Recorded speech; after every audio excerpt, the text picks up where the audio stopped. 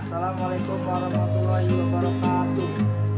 Kami dari kelompok 1 ingin mempresentasikan hasil kerja kami berjudul kedaulatan. Kawan-kawan, kali ini saya akan bertanya dengan kawan saya, apakah dia tahu tentang kedaulatan? Tahu nggak sih? Nggak tahu apaan.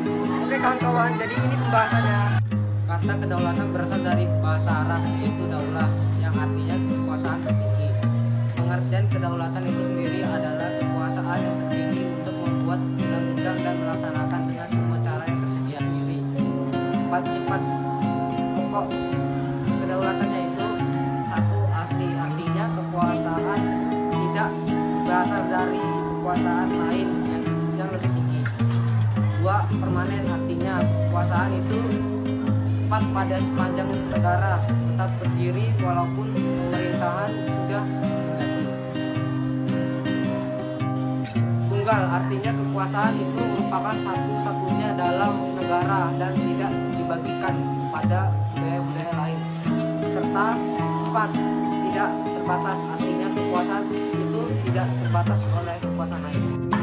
Bentuk-bentuk kedaulatan. Kedaulatan memiliki 2 bentuk, yaitu 1. Kedaulatan ke dalam. Pada bentuk ini, kedaulatan ke dalam, negara berhak mengatur segala kepentingan rakyat atau negaranya melalui berbagai lembaga yang telah dibangun oleh negara tersebut. 2. Kedaulatan keluar. Pada bentuk ini, pemerintah memiliki kekuasaan yang bebas, tidak terikat dan tidak tertutup pada kekuatan lain kecuali ketetapan yang telah ditentukan. Demikian juga negara lain harus menghormati negara yang bersangkutan dengan tidak ikut mencampuri urusan negara tersebut. Baik kawan-kawan, kali ini kita akan membahas tentang macam-macam teori kedaulatan. Yang pertama ada teori kedaulatan Tuhan. Menurut teori ini, kekuasaan tertinggi dalam negara berasal dari Tuhan. Artinya, raja atau penguasa negara mendapat kekuasaan dari Tuhan sehingga kehendak raja atau penguasa merupakan kehendak Tuhan. Yang kedua, kedaulatan raja. Teori kedaulatan raja merupakan perwujudan dari teori kedaulatan Tuhan.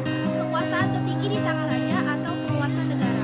Oleh karena itu, raja dengan keturunan dewa atau wakil Tuhan di bumi yang mendapat kekuasaan langsung dari Tuhan, sehingga kekuasaan raja mutlak dan tidak dapat diganggu-gugat. Yang ketiga, teori kedaulatan negara. Berdasarkan teori ini, kekuasaan tertinggi terletak pada negara. Negara sebagai lembaga tertinggi yang memiliki kekuasaan. Kedaulatan negara muncul bersama dengan berdirinya suatu negara.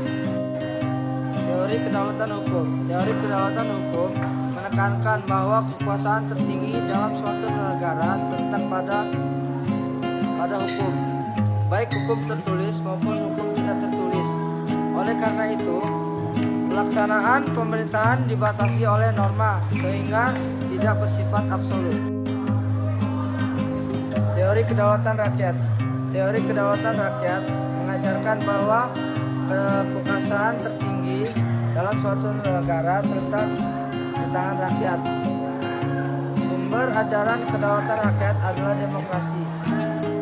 Teori ini memunculkan timbulnya suatu teori pembagian kekuasaan seperti dalam trias politika yang dikemukakan oleh Montesquieu.